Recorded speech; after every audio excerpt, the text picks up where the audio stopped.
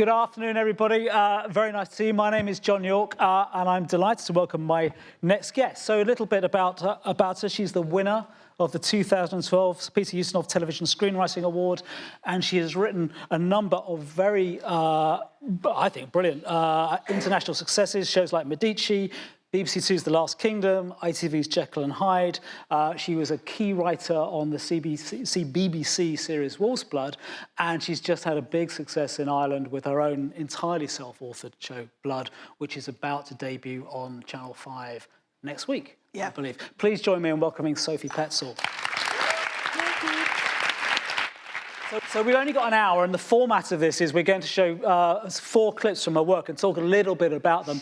I'm very keen for you all to ask questions, so please feel free to interrupt at any time. I'll also sort of regularly reach out and ask you. But very quickly, because if you'll forgive me for being too conventionally narrative, how did you start?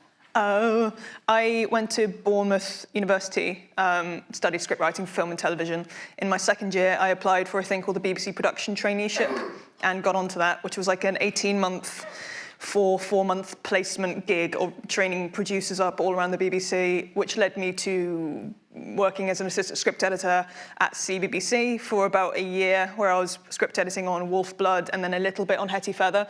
And then I kind of had a panic that I'd gotten into all this because I wanted to write, and I could see myself very easily waking up like 30 years later and still being at CBBC, which I would have been delighted with because I loved it there so much. But I thought, while I'm reckless and unattached, I should just give the whole writing thing a go. So I kind of decided that I was going to save up for 3 months and then leave. But very fortunately for me, a producer that I was working with at CBBC, Foz Allen, who's kind of dragged me around a lot of places across, like for my so far career, said, why don't you write 2 episodes of Wolf Blood and Hetty Feather instead? So I kind of went from script editing to writing on children's television pretty quickly.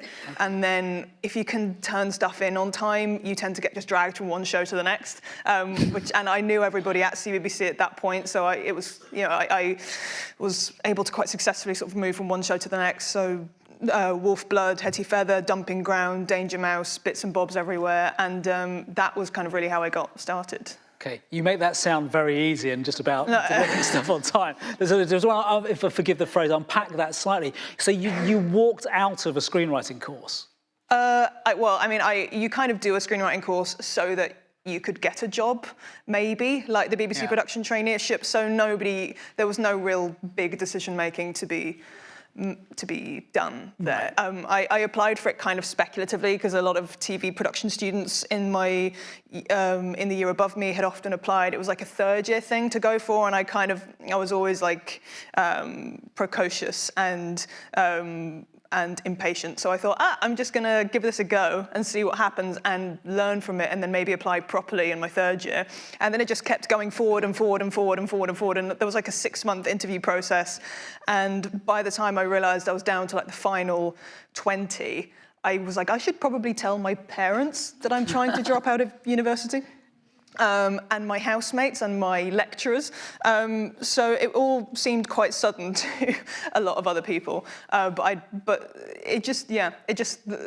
hadn't really thought about what I was doing until it was suddenly thrown at me, and even the people who ran that course called me and said, are you sure you want to do this? We don't usually take undergrads. This is a graduate program. Yeah. But at the same time, we feel that you wouldn't have applied for this if you didn't feel you're up to it or want to do it. So I was quite young for that scheme. I think I was the youngest by about a year. But you go to university in the hopes of landing something like that. So it didn't feel like I was walking out. I wasn't. My friends call me a dropout as a joke, but it never quite felt like I was bailing in order to try something else. Right. It felt like, well, I'm just doing this a bit early, I think. Okay, so producer who you're working with as a script editor says write a script. You sit down to write the script. Do you know what you're doing? Mm-hmm. I'm probably not the best person to ask. I think you might have to ask them. I felt like script editing was a completely invaluable way to learn about television production and TV writing. I feel like at university you learn to kind of write repeatedly and write to scrutiny and to be marked and judged and not cry too much and do it again and get yourself out of bed and try again and again. And you're developing your own voice, but you're not in a factory farm. You're not learning really, how production design and how directors and how a DOP and a script editor and actors engage with your script. So when I was working as a script editor, I was working with writers, I was working with their material, I was then having to consolidate notes from the other script editor, from the producer, from execs, from channel heads, and then directors, even actors, DOP, locations manager, when they say, well, we can't shoot in a dungeon, so you're gonna have to make them turn it into something else. So having that kind of production head, I think gave me a bit of an advantage in terms of me approaching my first episode. I was still drowning, and it was still, I was still very much a newbie and learning the ropes, and it probably was quite bad, my first episode of anything, but I definitely had a bit of a head start in just knowing the process and not then feeling too persecuted when you're told we can't have a dungeon. So it's about being steeped in knowledge, just as incredibly useful. I'm just thinking in terms of people looking for a career. You get it any way you can. Yeah, and I think if you can work, and a job in editorial is never a waste of time. Yeah. And a lot of people who do go on to become writers start off as script editors or assistant script editors, and some people stay there because it is incredibly creatively fulfilling. I think a lot of people, are trained as writers and then realise that really what they want to be doing is working with writers and working with writing and developing writing and sometimes rewriting other people. That's rare in script editing, but in the States that can be quite a lucrative career. And even here, I've had jobs where you're brought in as an emergency last gasp resort to rewrite something that's about to die. Yeah, we'll come to that. It's incredibly useful to have an understanding of how the sausage is made. Yeah. I think it not only helps the production team when you're writing for them, but it also helps you understand and reconcile yourself with the notes and with the feedback that you're getting, and to understand the difference between, is this about the writing, is this about the story, or is this about production and what we can manage, and why are they asking me to change the location 1,500 times, or even little things like that actor struggles with lines that are longer than 3 lines. Can you make sure that they have a shorter, or even just learning the tone of a show, working on that on Wolf Blood, for instance, for 2 years or 1.5 years as a script editor. You come to know the tone of the show very, very well. So I think I had a bit of a head start then in just understanding the characters' voices, understanding the strengths of the actors and the performers, and what kind of stories worked and what stories didn't, and where we'd succeeded and failed in development as a script editor with certain stories. That gives you an idea of what's a great Wolf Blood story and what's not a great Wolf Blood story. That was incredibly helpful. Yeah. So it helps if you love the show. It does. Just your own mental health, it helps if you love the show, considering how absorbing and taxing sometimes writing an episode of television can be. Okay. You're not always going to get jobs that you love, and you have to do them anyway. But when you do love them, there's nothing else like it. Okay. Yeah. So we're moving swiftly on. Jekyll and Hyde was your first hour-long. Yeah, that was my first adult hour. That makes it sound like porn. It wasn't porn. Or was it? But it was, grown-up hour of television on ITV. Okay. So we're going to show a clip in a minute, but do you want to tell us a bit about how this came about and what the challenge was? So Foz Allen, who had produced Wolf Blood when I was a script editor and then a writer, was brought on to produce Jekyll and Hyde, and then he brought me in to meet Charlie Higson, who was the head writer, and as a result of that, I was given an episode. And so the challenges of this episode are working on that. Well, both. So it's quite going from half hour to commercial hour, which is 47 to 50 minutes. So it doesn't sound like a huge difference, but that's almost an entire act.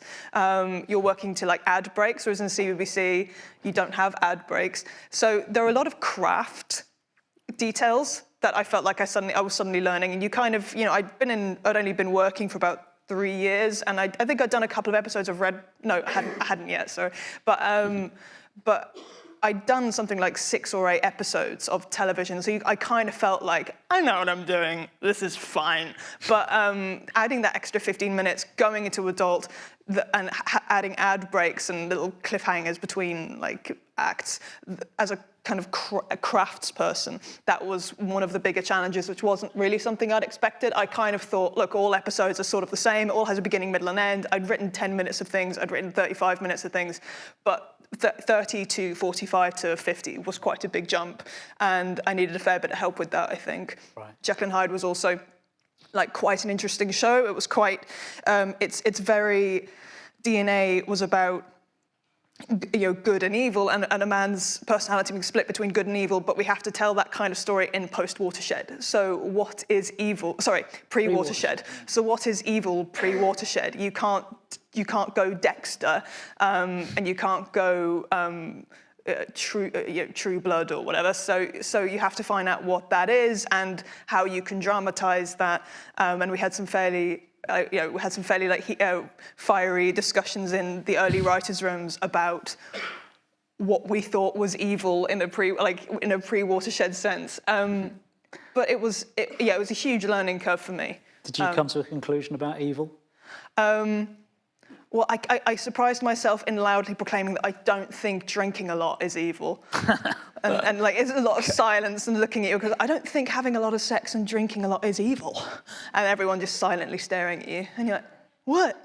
But no, I mean, I think I dealt with it actually quite successfully. I think, and that's as much a testament to Charlie's vision for the show, and Tom Bateman, the actor who's gone on to great things, and he's a superstar, who played Jekyll and Hyde, Robert, wrestling with, I think it became more about inner turmoil and self-acceptance and feeling alien and feeling different and feeling other, and living in a time that has very austere standards for being a gentleman in a certain era, and what it means to be yourself. And so I think kind of bringing it more into the character and into the internal life of Robert and his own personal struggles gave us an easier grasp, I think, or gave me an easier grasp of the core idea than trying to work out, is this act inherently evil or morally complex,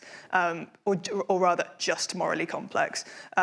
So yeah, that was, I don't know if that's just made everything really confusing, but... No, but it's about drilling into a project to work out exactly what it is, isn't it? It seems to be a central part of writing. Yeah, and just in anything, regardless of what the main premise of the story is, like what makes that character tick, and what makes that character interesting episode to episode. We're going to show this clip. Yeah. Is there anything you want to say to set it up, or? This was episode 8. Sorry, Charlie, if I've got that wrong. Episode 8, and this is the episode where Robert is finally sort of introduced to a woman who's kind of been this sort of slinky villain character in the background until only recently. We introduced her as his sister, Lala, who is another Hyde like him. But she's been living in her Hyde identity permanently because she's being jacked up on this sort of wonder drug, which is like a Hyde serum. And this is a scene where Robert has been trying to get Lala to come down off the Hyde serum, which is a mad way to try and explain like 8 episodes of something in 2 seconds, but hopefully it makes some semblance of sense. Brilliant. Can we have a look, please?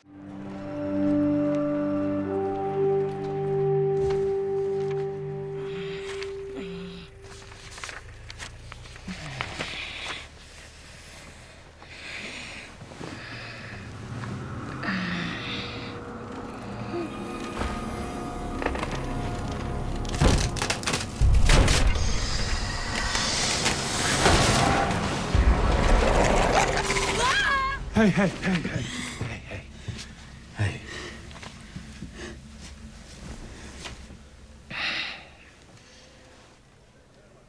Bad dreams. Bad memories. Here.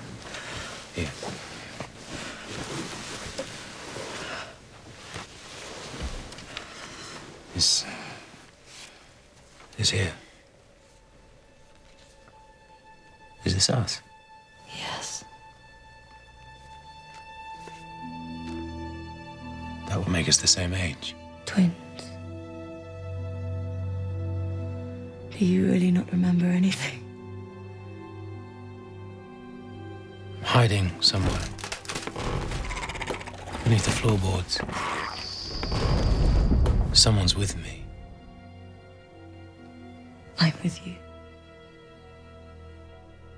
Tenebrae were after you. Father let them take me instead of you. Why? Why would he do that? You were the important one. The sacred boy child. The one who inherited the really special powers.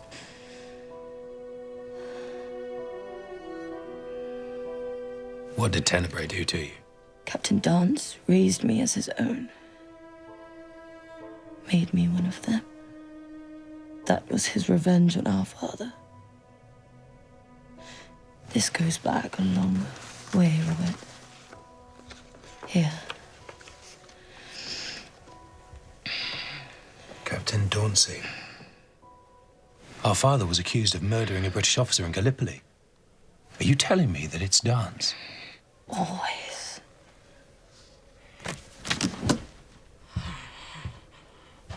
I thought there were others like him. Throughout the ages. Are you saying they were all Dance?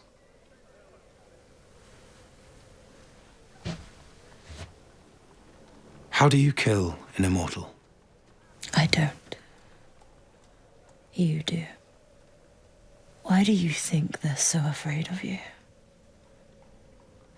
You are the only one who can destroy them.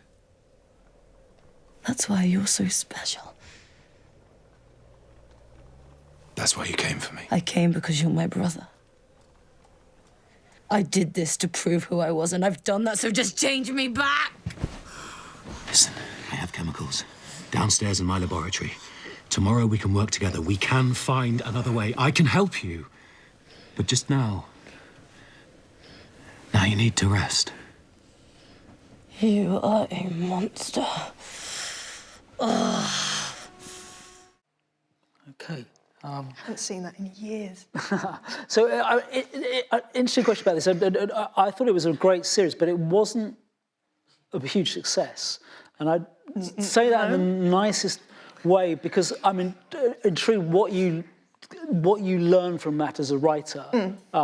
Because so much of writing seems to be about picking yourself up and starting again, or dealing with criticism, or dealing with, not being the latest, greatest thing. Yeah, and I'll caveat this with, if I know that if I were Charlie Higson, who created and ran this show, I would hate watching one of the writers who'd been the baby writer on my show sitting on an RTS stage going, oh yeah, their show sucked and nobody liked it. So I'm not and I don't think that. And I had a really, really great and educational time on that show. But yeah, no, it was, we and the guys behind Beowulf have joked with each other and to others that we killed sci-fi and fantasy on mainstream television. So if you want to bring it back, please do. It's something that you kind of it's a lot easier, I think, to bear that, to bear the kind of the weight of critical derision and public derision, such as it is, when you're not the author of the show. When, as a contributing writer, you work on shows that are hits, misses, and things that are very good but nobody watches, or things that are terrible but everybody seems to love, and then they ask you to do more of it, and you go, why? Jekyll and Hyde, Jekyll and Hyde was a funny one. It was. And you can probably tell from that clip, there's a lot going on. There's a lot of backstory. There's a lot of plot, and you're kind of, and whether you're and there's always conflict between creators and contributing writers or collaborative artists, be they actors or directors. And I had this even on my own show, where you've got an idea that you really think is going to work as the creator, and there are other people around you saying, I just don't know if it does, and you have to make that decision. am I going to concede here? Am I going to meet them halfway, or am I going to stand firm and say, this is my vision for the show, this is what I think works? So a lot of the time as a contributing writer, you're having to kind of just bite your tongue and nod and go, yeah, okay, if once you've put forward your kind of, I don't know if this works, and you're told, this is the vision, do it. Your job is to kind of work with it as best as you can, and sometimes it's because sometimes it's because maybe a thing doesn't work, other times it's because it does and you just don't get it yet. And I've worked on things plenty of times where I've gone, is this gonna work? Does this make sense? I don't know if it does. And then you watch it and you go, oh, I really get what they were going for now, after the fact. And a lot of that is just learning, and you're not the smartest person in the room, you're not the best or most experienced person in the room. People have been doing this for years, and sometimes you do just have to accept that maybe they know what they're doing and you have to go with it. So it's trying then to kind of find the things in it that you really engage with and that you really love, and that you know the bits of stories and the strands that you really know how to tell. So for me, and why I kind of picked that scene, if my memory serves correctly, I really engaged with the idea that Robert was dictating to his sister how she should live her life. And that for me was more interesting than just saying, Heidi's evil, he's trying to save her and she doesn't quite realize that. That's how he sees it.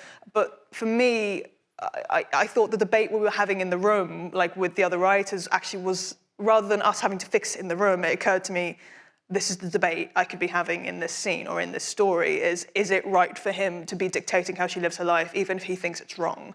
And so I was able to kind of latch onto that and engage with that, and her calling him a monster. Yeah, it's for me, like, if you can't work out what the answer is, sometimes ask the question on screen, let the audience work it out. And so that's the kind of thing that I can really engage with, and that's character stuff.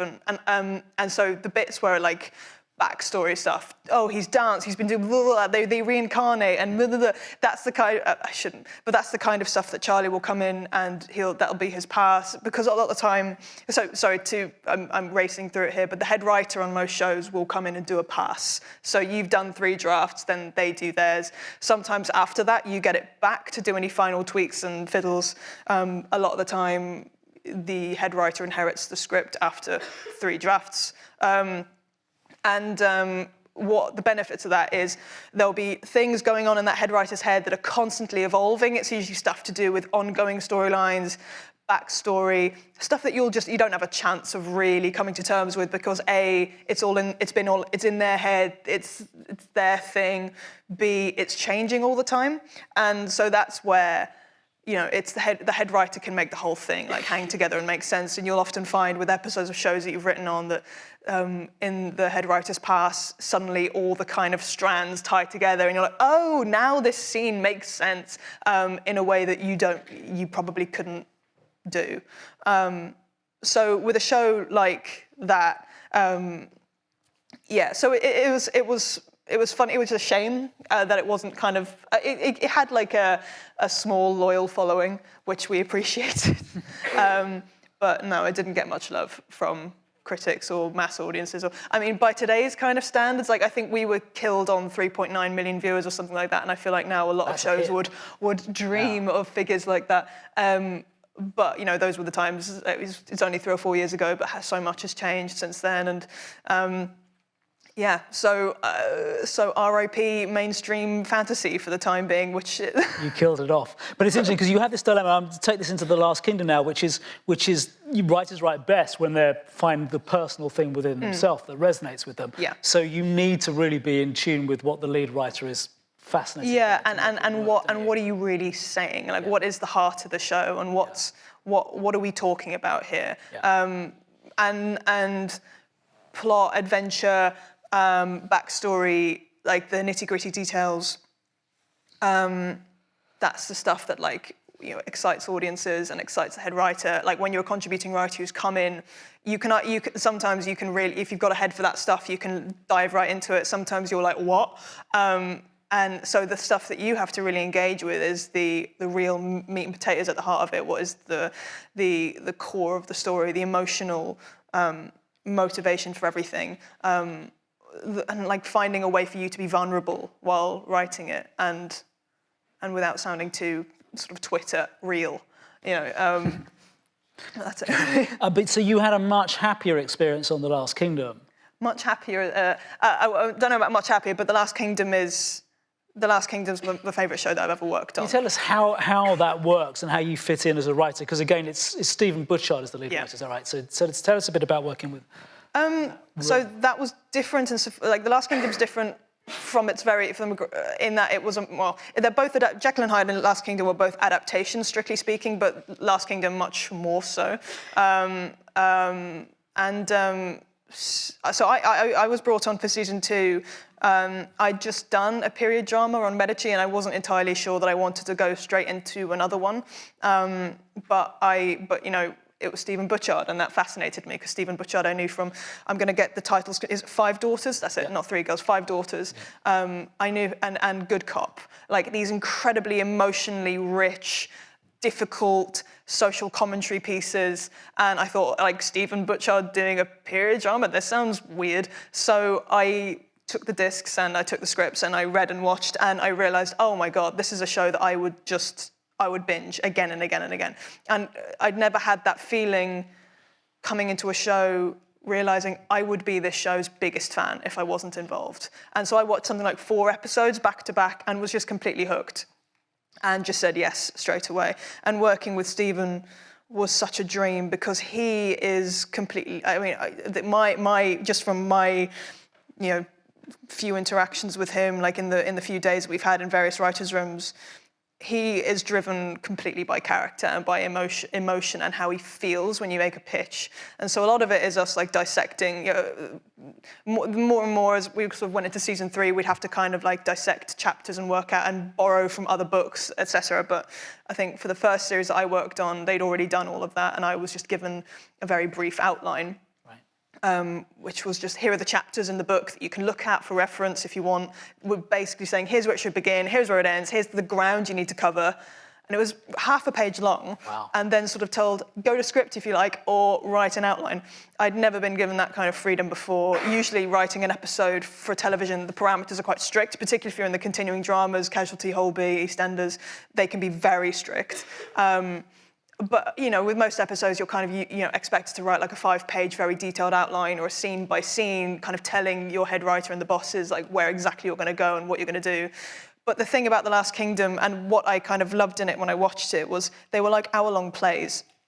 They were just beautiful, textured, emotional pieces of writing that were funny. And I was so bored of these like stiff period dramas where everybody like ate chicken legs and slapped their thighs and sought vengeance and didn't do anything that I could relate to. And I always sort of joke that like The Last Kingdom's very in touch with its feminine side, like and that's being a bit like diminishing in a way. But all the characters cry and hug, and no one does any strange handshakes. Like everybody touches each other, and everyone talks about their feelings.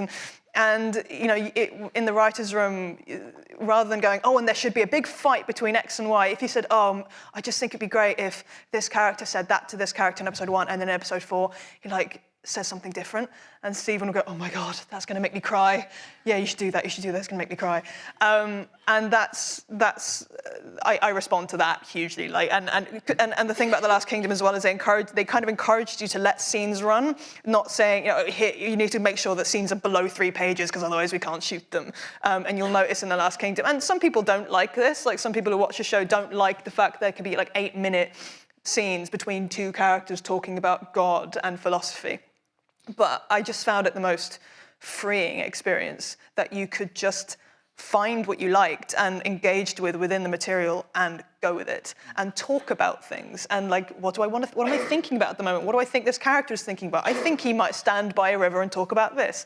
And yeah, it was such a great experience. Tell us about the clip. So this clip is almost the antithesis to everything I've just been describing. It is a big battle scene, but it's so this is Ragnar and Uhtred. Uhtred is the lead character of The Last Kingdom. Have sort of snuck into and attacked the fortress of Dunholm, which is run by Kjartan. Kjartan is the Dane lord who murdered Ragnar's father, Uhtred's stepfather. And they don't know that he's also got their believed to be dead sister held hostage, married to mad, one-eyed Sven.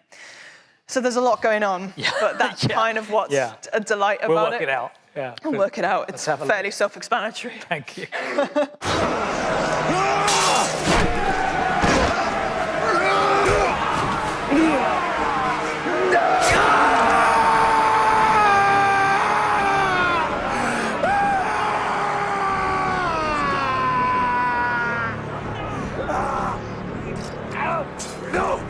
No, give me my sword!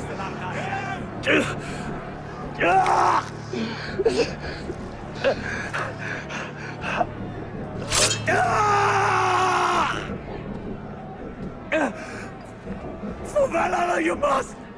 Give me my sword! I won't break you! Die? Give me my sword!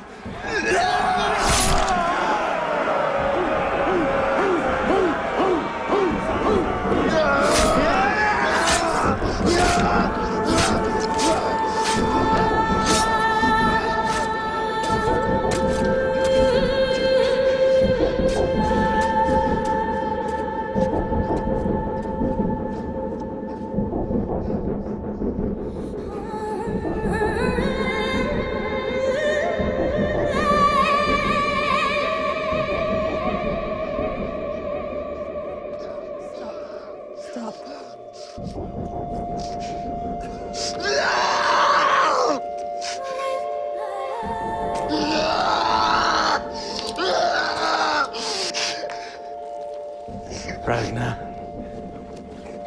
Ragnar! It's over! It's over!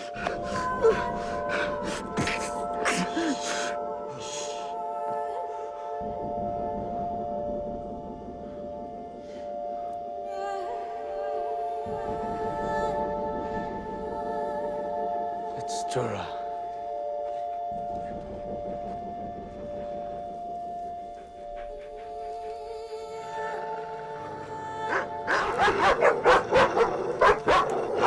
You left me.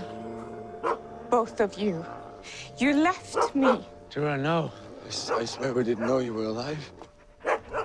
You are no better than the bastards who hoard me. Tura, please. The price for my life is yours. No. Tura, I forbid it.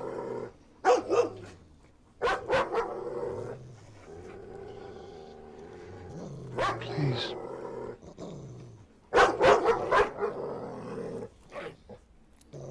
Please.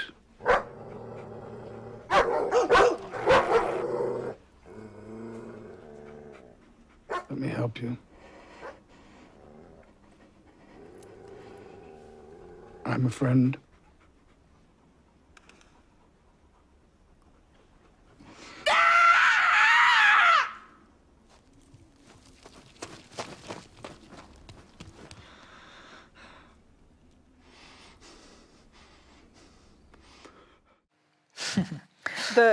The dog's tails always wag, and I never don't notice it. It's like you have the ADR, some angry barking onto the dogs, but like you always notice their tails wagging in the background because someone's just waving like a peanut butter sandwich at them, going bark. So before that, they eat Sven. So I realise I explained that clip really badly. The guy on the ground screaming is Kjartan. Ragnar is fighting him. He's challenged him to a duel to avenge his father, and then sort of slowly horrifies everybody around him as his attack descends into very dishonourable brutality.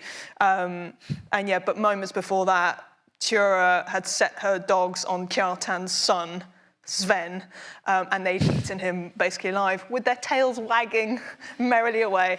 So it's not the kind of thing you notice in the heat of watching that episode, but I always see it and like... Yeah, if you're noticing that, you're in trouble, aren't you, I think? I'm loath as I am to move very quickly on because we've all got 2 more clips and I want to loads of questions as well. So cutting out loads of things, we go to Riviera, which is your first job as a gun for hire. Was that correct? Yes, so I was brought on Script doctor. very, very, very late on in the game, sort of almost Christmas Eve 2016, asked, can you do a rewrite of an episode within 4 days, and we're shooting it in January? And I was like, yeah. And so that was a show that had been in some trouble. It had lost its head writer, and then it had lost a lot of other writers.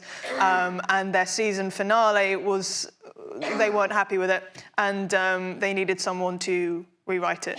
And so I came on and rewrote the finale over 5 days, which was which was a sort of a mad, kind of strange experience. Over Christmas. Over Christmas, and then over part of the New Year, yeah. But I don't know if you want to show the clip first, or if you want me to talk about. What would you prefer to see the clip first? Or?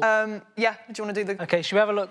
So this is the very last kind of major scene of episode 10, where Georgina basically brings, I can't remember his character's name, Ewan Rion, out onto to confront him about her husband, his father's death. Okay. Thank you.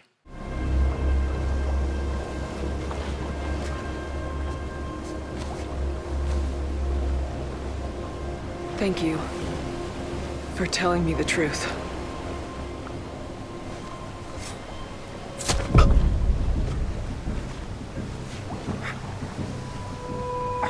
I knew that when I called you. I just wanted to hear you say it.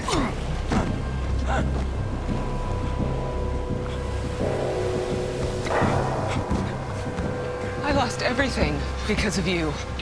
I doubted the only man I ever loved in my whole life! Your dad was right. You are pathetic. He saw right through you, and so do I.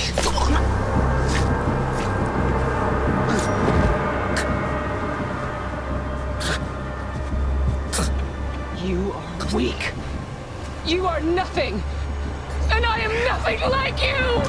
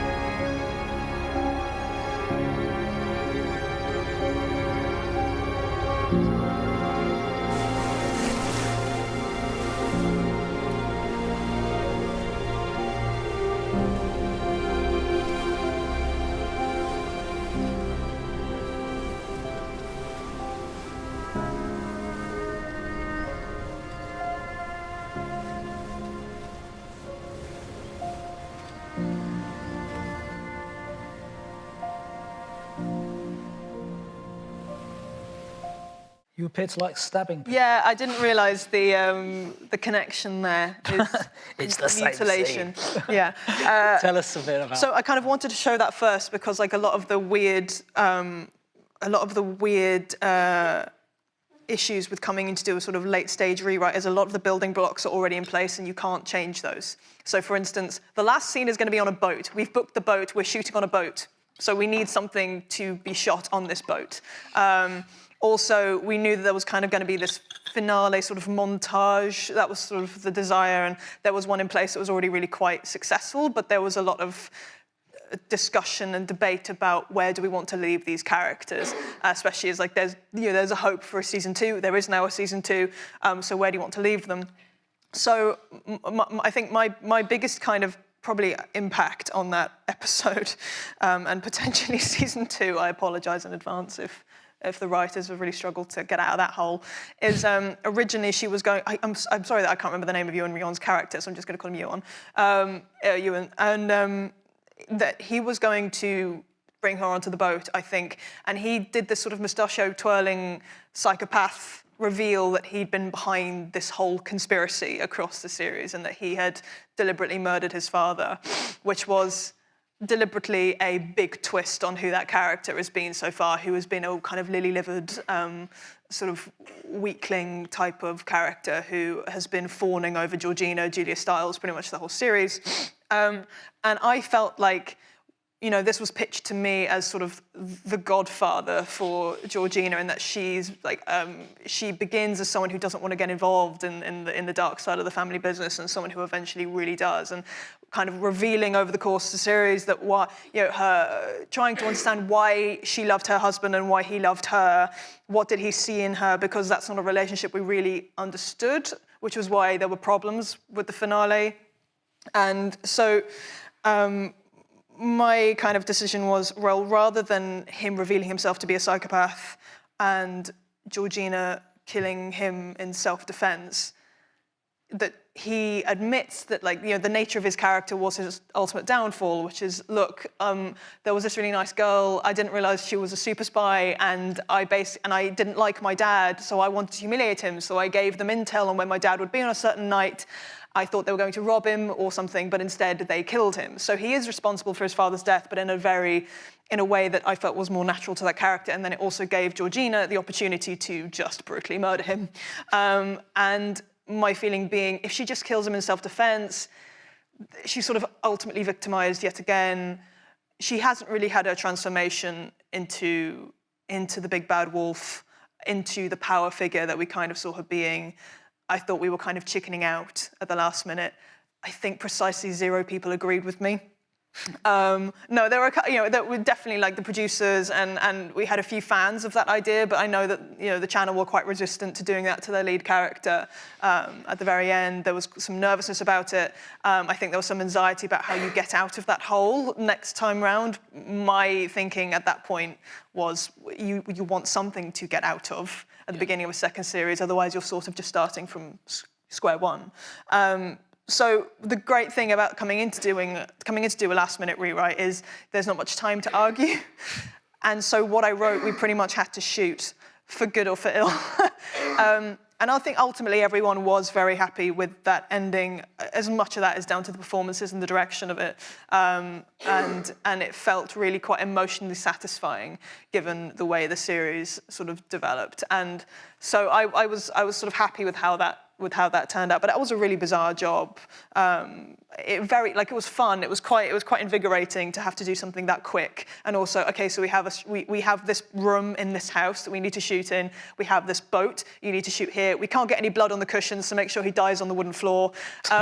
All sorts of weird. So it's like walking. If you've played Minecraft, it's like walking into a field and they've given you like several bricks and a stone and a mountain and a twig, and you're like, okay, you've got to make all of these into a castle. I'm not going to tell you how, but you have to in 5 days. And so that was my attempt. But yeah, I mean, performance is another thing that kind of links to The Last Kingdom, in that what I'm so delighted with in that sequence in The Last Kingdom is, when I originally wrote that, I always envisaged it being a lot angrier. It seems angry enough, but what Tobias Santelman brought to that, and I remember who plays Ragnar, I remember being completely stunned watching the first cuts of that episode, seeing he's really losing it in a very emotional, like he's very tearful. It's not angry Viking man, it's a son who misses his dad and who's incredibly angry at the lot he's been dealt. And it was just incredibly powerful and very emotional and very sorrowful. And Alexander Draymond utterly responds to that in kind. And it's for all it's a brutal scene, it felt like a very soft scene. and a very emotional scene. And that's, again, something that, like, a show is as good as its cast as well. And performances bring stuff to writing that you never really see coming. And most of the time, it's just so exciting to see how it lifts it. The subtext of this so far seems to be about the writer, how much power a writer has. And so Riviera is the first time really where you have a significant amount of leverage, don't you? You can say more so than I anticipated, because there was I think at that point there was just we need a bit of help here. And I think, you know, I think they knew they were onto something quite exciting. I think they knew they had a show that was looking really great and had incredible performances and great ideas and some really exciting episodes. And it was just, how do we tie this all up? And that's not in any way to kind of dismiss the work of the writers who had contributed to that finale, because it was, I remember reading it and thinking this is a really good script. It was just I think for them it was like, how do we want to tie this up? And because they'd lost their head writer, they were no longer had a vision that they were sticking to. I think I'm kind of talking out of turn here, because this is only what I understand by guesswork. That they didn't have a kind of completed vision for that episode as to how they wanted to tie it up. How do they want to bring it back for season 2? And what really is this whole thing about, and that kind of thing. So I was sort of having to do a lot of retrospective work and thinking backwards. Yeah. And I think when people just want help with something, they're quite happy for you to be like the messianic figure. And they're quite nice, those jobs, because if you do relatively well, everyone thinks you've saved the day. And if you do terribly, everyone just tells you, oh, it was doomed anyway. So, yeah, you don't, whereas, yeah, sometimes your lot in life as a contributing writer is to be the scapegoat.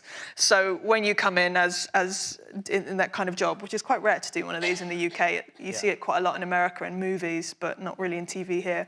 So it was quite unusual, but I enjoyed it. Enjoyed it quite a lot. So it seems a lot about being a writer is about working out how much power you have and when to use that to get your own vision across, but also when not to use.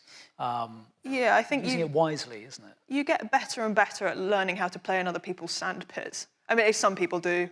Some people never get used to it and will tell you quite plainly that they hate playing in other people's sandpits. And it's finding, rather than power and exercising power, it's finding ways to find the joy and express yourself and do work that you find fulfilling in arenas that you may not have designed or wouldn't have designed in that way. And it's an incredible treat and a luxury when you find a show that you are completely in sync with and that you think, oh my God, this is exactly how I would love this to be, and I agree with everything you're saying, and nothing doesn't make sense. And I feel completely at home here. That's quite rare. So a lot of the time you're working tight deadlines on things that you just have to find, like, okay, well, what can I do? How can I help? How can I make this better? What can I do to make your thing run smoothly? It's not my job to be the obstacle. It's not my job to deride you or to make you feel shit or to make you feel like your thing doesn't make sense. And I feel like I've probably done that. It's very easy when you're the contributing writer seeing a show that you think is floundering and sort of lean back and go, well, meh. But you're being hired to make everyone's lives easier. So even if so the extremes are, oh my God, I don't know what this show is and I don't know what we're doing here. And the other end of that, river is, this is perfect. But in both and within both of those parameters, you're just trying to do your best work so that they feel that they and you feel that their show benefits from it, and that you're telling the story that they want to be told, and that you're finding a way to be creatively fulfilled, so that you just don't think, why did I give up that job in Waterstones? So you now have your own sandpit to play in. I have my own sandpit. So Blood was premiered on Virgin Media 1, is that correct? In Ireland about 6 weeks ago, and starts on Channel 5 next week. Do you want to tell us a bit about that? And we have a clip as well. So Blood is a show about a young woman whose mother suddenly dies, and she starts to suspect that her father maybe murdered her mother, and is trying to work out over the course of the week leading up to and past the funeral whether that's true or whether she has a load of unresolved issues with her dad that trails back to a secretive past. So that sounds like somebody who's had to say that blurb many times over the last few weeks. But yeah, so this clip is the end of... So there's a double bill going out Monday 19th. Episode 1 and 2 will air together on Channel 5, 9 p.m, plug. This is pretty much one of the final sequences of episode 2, so of the end of that double bill. So, yeah, so spoilers.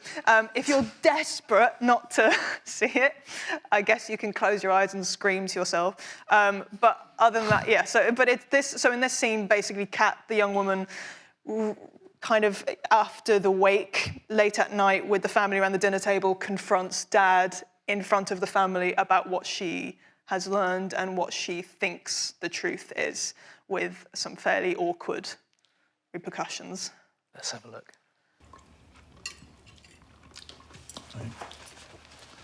Wonderful stew, Fiona, thank you. I'll go to bed. Actually, Dad, there's something I wanted to talk about with everyone here. I'm sure it can wait till the morning. So I talked to Sarah, and she said that you weren't with her the day that Mam died. She doesn't know where you are. Jesus, help us, not again. She told me about some promise ring that you were busy buying her, but apparently that's not true either. Oh, Christ, what ring? So he wasn't at the surgery, he wasn't making house calls, and he wasn't with Sarah. You can ask her yourselves. He left threatening messages on Mam's phone. He threatened me in the middle of nowhere because I was asking questions. I can't be the only one here still wondering where the hell he actually was and why he keeps lying about it.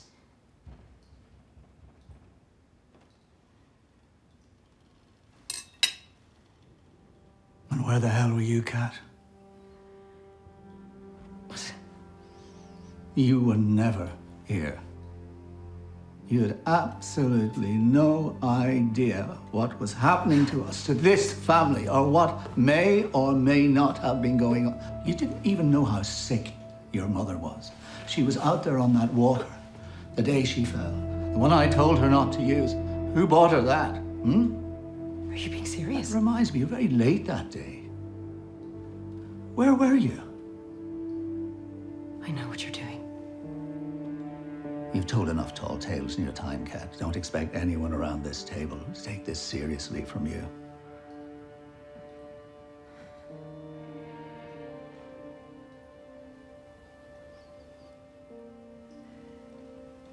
You need help, Kat. Me? He pays your mortgage. He pushed the priest to let your thick fucking kids into that fancy school. He lets you live here, rent-free. That's why you're sitting there saying nothing, because he's bought you. He's targeted you both with his love and his generosity, so you can't see exactly what he is. And what exactly is that, Kat? Sarah and I have split up. Largely, I presume, to the prying of your sister. I don't know why Sarah told Kat all these things, but probably to get back at me. But anyway, we split up. I'm sorry I didn't tell you sooner. But it's only just happened, and I'm sorry that this has got so out of hand. Where were you, Dad?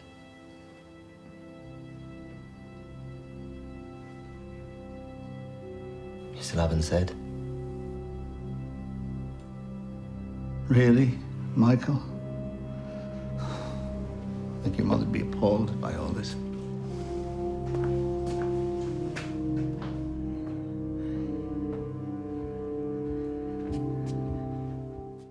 No one got stabbed. Yet. It's only episode 2. Is it scary having your own show? Yeah. It's massively exposing. It was an incredible experience, and I'm deeply proud of it. And I forgot to say it's set in Ireland. It was shot in Ireland. Bar one of our cast members, our entire cast and crew were Irish. My mother is Irish, so I'm half Irish, but our production company is UK based. But yeah, it was terrifying. And I remember we got the green light today last year. Today last year. And I remember thinking that I would like hit the roof and be delighted and party the night away when I got that news. And the first thing that I felt when we got the news was just this overwhelming anxiety and terror. Like, oh God, now what? And it was just a sense of now the work starts. Now you have to, this thing that you've been like fighting to get for ages, you now have to go, right, if someone's gone, fine, do it then. You think you can do it. And yeah, so, but I was just so immensely supported the whole way, and I didn't really do this on my own. My producer, Jonathan Fisher, you know, I developed this so closely with him from day one, since when this was just an amoeba of an idea.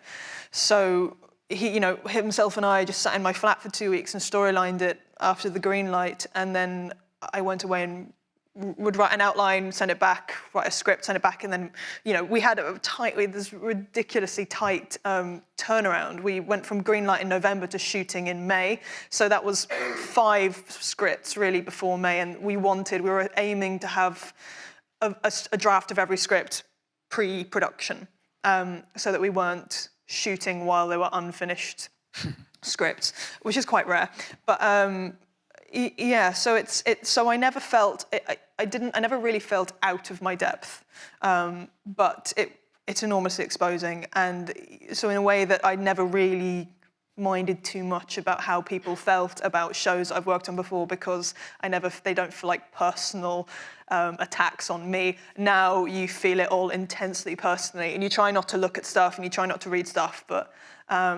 We were very lucky in Ireland that this was very well received, and we got some very nice reviews. And by episodes 3 and 4 and 5 and 6, like the only people who are watching it and the only people who are talking about it are people who like it. So then it just feels like a bit of a love bath. But now it's like doing it all over again. It coming out in the UK, it's a very different audience. It's a much bigger audience, and they don't care that it's homegrown Irish drama, whereas in Ireland, like, that matters more, and I think people were kind of excited to see something made there, and so yeah, so it would be terrifying. It's going to be really terrifying. Terrifying all over again. Yeah. I'm just very conscious of time, because I must open it up to some questions. I think it's only fair that you guys get a chance to ask something. So there's somebody here straight away. We have microphones, I believe, and then somebody there. So if you could stand up and tell us who you are, the usual form, that would be fantastic.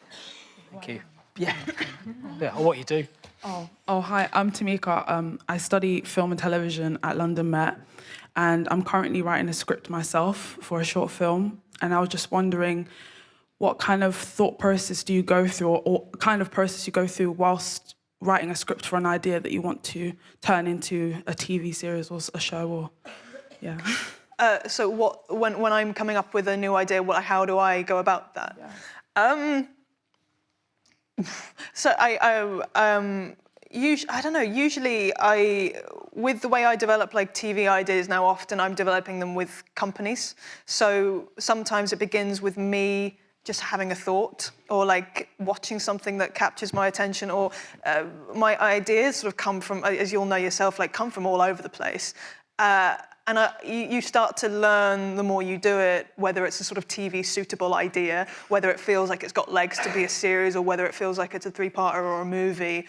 And then, yeah, it begins for me with like emails to either, you know, to colleagues or to the people I want to develop it with about, you know, what is this? And for me, the first thing I want to, like the things that really inspire me are big questions, big dilemmas at the heart of a thing. So I'm less interested in, there's a spaceship and it falls out the sky and what do we do? And I'm more interested in the question that it's asking, because then I feel like a story comes out of that. So with Blood, for instance, like for me, it was, what do you do when you think a parent has done the unthinkable?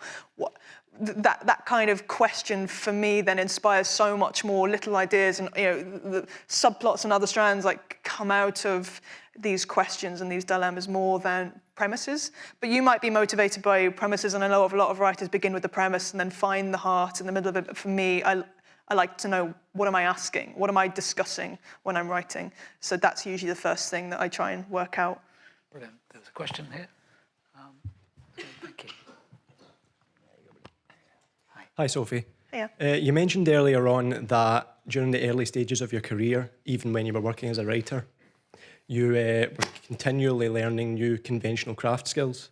I was wondering if, even as you mature as a writer, you still feel like you're still learning these conventional skills, or do you tend to deviate more from, the norm as time goes on?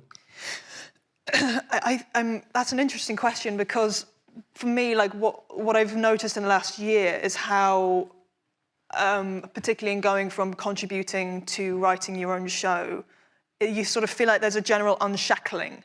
Or I felt like I had to realise what I was doing was writing in a way that I'd learned from contributing to, where you're writing to appease. You're kind of writing sometimes you're writing a bit safely.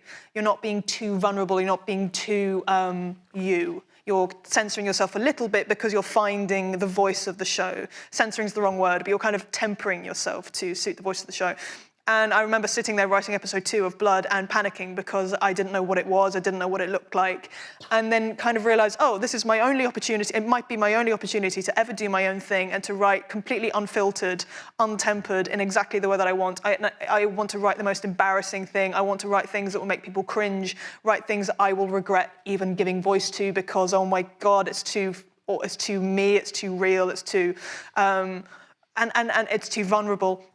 And so, in a way, I felt like Blood was more of an exercise in kind of throwing off all of that sort of procedural forms that I'd kind of learned. And so I don't know that that's a good or a bad thing, but I think there's definitely like a moment in doing your own thing where, and it's a part of learning as well, because I feel like if I ever go back to doing episodes and stuff, I'll be bringing that to it, that sense of freeing yourself and and I feel like your best writing comes from when you're being very open, and vulnerable is an odd word to use, but that's what it feels like when you're really like, oh, I'm really like letting loose here. I'm not trying to please anybody except myself. I don't know if that answers your question. Great. So yes, there's a question at the back there. Just there, thank you. Hi. I was just interested to know, when you're working on a show with a head writer, what the process is with getting assigned episodes, and do you have any say in where it goes or the whole plot of the whole series? That really, I think that kind of varies from show to show. Some shows, I guess, especially if you're coming in on a brand new series, like Jekyll and Hyde and Medici. Medici was different as well because that was an American-style writer's room, so we were very involved in the development of episodes, and you'll then have a bit of a say in which one you'd like to do, though it becomes quite obvious as you're in the writer's room who is gelling with which episode more. Something like Jekyll and Hyde, we were there for like the development of those episodes, and I think I got given, then that was more like the producers deciding who they're going to sign it to, but even then that was sort of based on their idea of who was gelling with what and whose skills are matched with what. The Last Kingdom, because it was a pre-established show, even though it hadn't broadcast yet, they already knew the episode, and also because that's an episode that's largely authored. Like, that's Stephen's show, he writes something like 5 to 6 episodes of 8, and then they'll bring on 2 other writers to do an episode each. So it's really one of 2, and they kind of know when they're hiring, we're looking for a writer to do episode 6 or episode 8 or episode 3. So then you're kind of just given an outline. And even when I was working on season 3, which began in a writer's room, us working out, having an idea of what the episodes might look like. You kind of already knew which episode numbers Stephen was going to do. Usually, a head writer is usually going to do the first 2 and the last 2 and a couple in the middle. So we already roughly knew, but there was less kind of say in there. But with The Last Kingdom, you're kind of just happy to do any of it, really. But yeah, so it kind of varies. Okay, good. I think we probably have time for a couple more. I'll come to you next, but the gentleman at the back with the specs, come to you. Hello there. Just wondering, for new writers who are trying to get a break in the industry, there doesn't really seem to be many gateways to get into TV writing. So I'm just wondering how you think would be the best way to make a headway in the industry as a writer now. It's undeniably tricky, and I feel like even when I only started out about 6 or 7 years ago, and I feel like there were more avenues then than even there are now.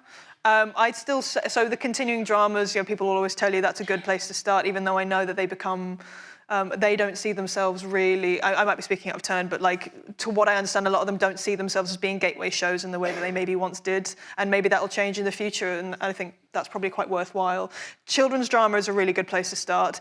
It's difficult with anything, getting access to these places and getting your window of opportunity.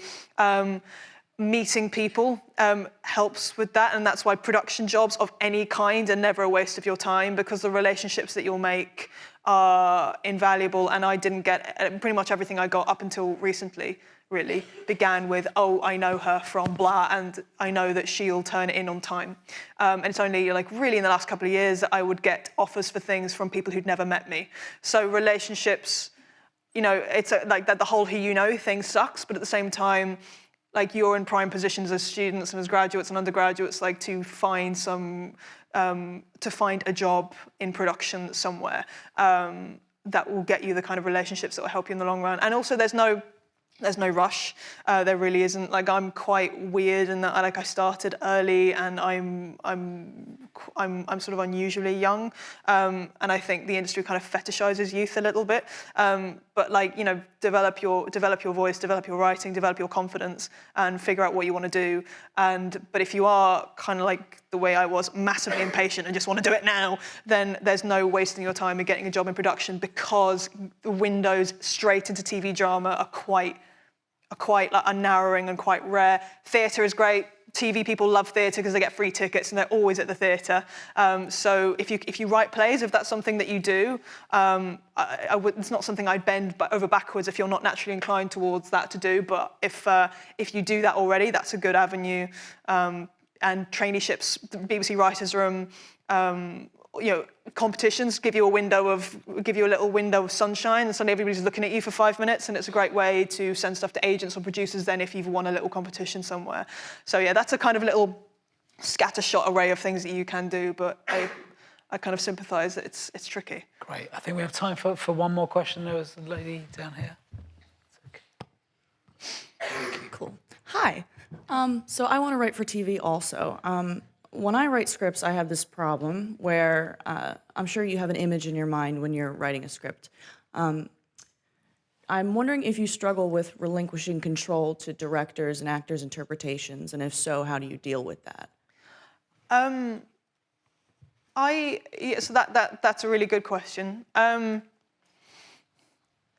My instinctive answer is no, and that's based on the fact that I've had incredibly good experiences with the directors that I've worked with and with the actors I've worked with. Of course, there's always debate, there's always discussion. You'll be standing on set for 25 minutes chewing the fat about a scene with an actor. And you'll struggle to change your mind. Like, there's always a struggle to change your mind if you're in a debate with the director or the cast member who really just sees things differently. I wouldn't, and it might be that I'm being very fair on myself, and someone else might come to you afterwards and go like, she's a fucking asshole. But I wouldn't say that for me I have a difficulty with relinquishing control. But it's always difficult to change your mind. I love having the discussion, and I love our team members being engaged with the work. I get that you come back to me in 5 years if I've had a nightmare with a director, and then I'll be like, they're awful, and keep it close to your chest. But on Blood, we had such wonderful directors, Lisa Mulcahy and Hannah Quinn, who I lent into, and like their input was completely invaluable to me, and I sought it regularly. And we had cast who were hugely invested and always had thoughts and ideas. And again, like for me, like the worst I could say about it is sometimes it's difficult to change your mind, and it's also difficult to change other people's minds. And as a head writer and as executive producer, sometimes your job is to change their mind or to make them happy with the fact that like you can't, or comfortable with it. But like the debate, the discussion, for me, that's part of the job, but I have been very lucky in that I've not, and people have, seen their work kind of ruined or changed in a way that they've not been given access to. But I think that what's great about this particular position, and it's a very privileged position, is that nothing. I was on set all the time, and so any decisions that were being made, I was there to witness them.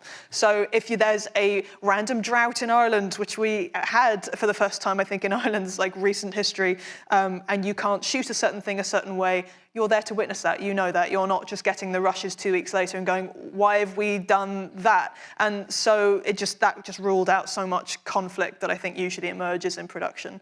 But if you're open to that discussion and the debate, it's really joyful.